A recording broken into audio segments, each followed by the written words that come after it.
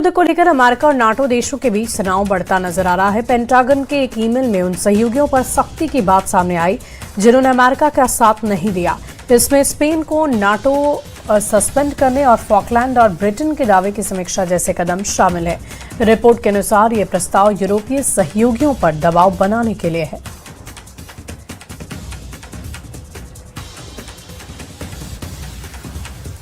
Israel का target Iran के साथ उसके समर्थित लड़ाका ग्रुप है। इजरायल सबका सफाया कर पूरी तसल्ली कर लेना चाहता है, लेकिन लड़ाई जैसे जैसे जमीन पर आती जा रही है वैसे वैसे सुपर पावर की धुकधुकी बढ़ रही है, क्योंकि दूसरे राउंड में ईरान जबरदस्त पलटवार के लिए बिल्कुल तैयार है।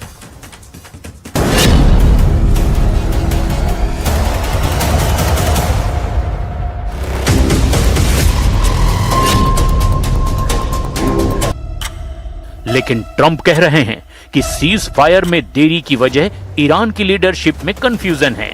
ट्रंप ने दावा किया कि ईरान में वो डील किससे करें ये पता ही नहीं चल पा रहा है। ट्रंप के पास युद्ध जारी रखने के लिए आगे के सिर्फ 6 दिन बचे हैं, क्योंकि अमेरिकी संविधान के मुताबिक किसी भी युद्ध को 60 दिन में संसद की मंजूरी लेनी पड़ती है।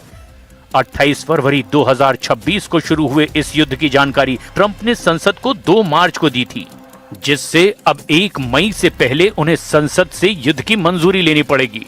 रिपोर्ट्स के मुताबिक ट्रंप संसद का सामना नहीं करना चाहते। 100 सदस्यों वाली सीनेट में ट्रंप के 53 सांसद हैं, जबकि विपक्षी डेमोक्रेट पार्टी के पास 47 सांसद हैं। मुश्किल ये है कि ट्रंप की रिपब्लिकन पार्टी के 10 से ज्यादा सांसद ईरान युद्ध का जबरदस्त विरोध करते आ रहे हैं। ऐसे में अब ट्रंप 1 मई से पहले किसी भी तरह इस युद्ध को खत्म करना चाहते हैं।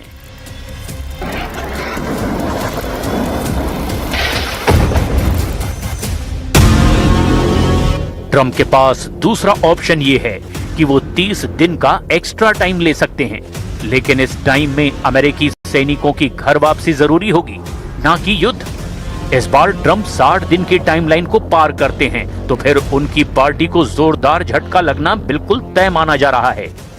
लेकिन ट्रंप फिलहाल किसी बात की परवाह करने के मूड में नहीं हैं।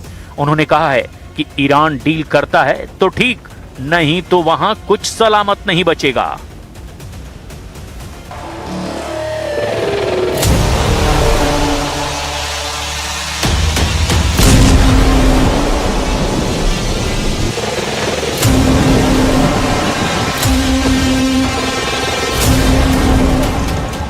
Now what we're doing is sitting back and seeing what deal. And if they don't want to make a deal, then I'll finish it up militarily with the other 25% of the targets. We've hit. Trump भले ही wait and watch का मन बना चुके हैं, लेकिन Israel Lebanon में full force में हमलों को शुरू कर चुका है। बॉर्डर से बेरूत तक इजराइल ने बम विस्फोट की झड़ी लगा रखी है। इजराइल का टारगेट ईरान के साथ उसके समर्थित लड़ाका ग्रुप हैं। इजराइल सभी का सफाया करके पूरी तसल्ली कर लेना चाहता है, लेकिन लड़ाई जैसे जैसे जमीन पर आती जा रही है वैसे वैसे सुपर पावर की धुकधुकी भी बढ़ती जा रही है, क्योंकि दूसरे राउंड में ईरान जबरदस्त पलटवार के लिए तैयार है। इसी वजह से ट्रंप अब नेटो फोर्स को युद्ध में आने का लास्ट चांस दे रहे हैं। उन्होंने दूसरे राउंड के युद्ध में नेटो फोर्स की एंट्री के लिए उकसाया है। ट्रंप ने धमकी दी है, अब युद्ध में नेटो देशों ने मदद नहीं पहुंचाई तो अमेरिका सबक सिखाएगा। रॉयटर्स के मुताबिक पेंटागन ने स्पेन को नेटो से बाहर करने की मांग की है, क्योंकि ईरान युद्ध में स्पेन ने अमेरिका का खुलकर विरोध किया है। ईरान युद्ध के दौरान स्पेन ने अमेरिका के लिए अपना एयर स्पेस भी बंद कर दिया था।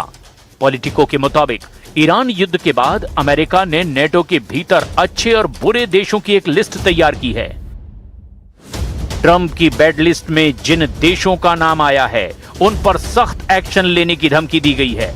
मतलब ये कि ट्रंप यूरोपीय देशों की बर्बादी का टेंडर पुतिन को दे सकते हैं, जिन्हें यूक्रेन युद्ध का बदला यूरोप से लेना है।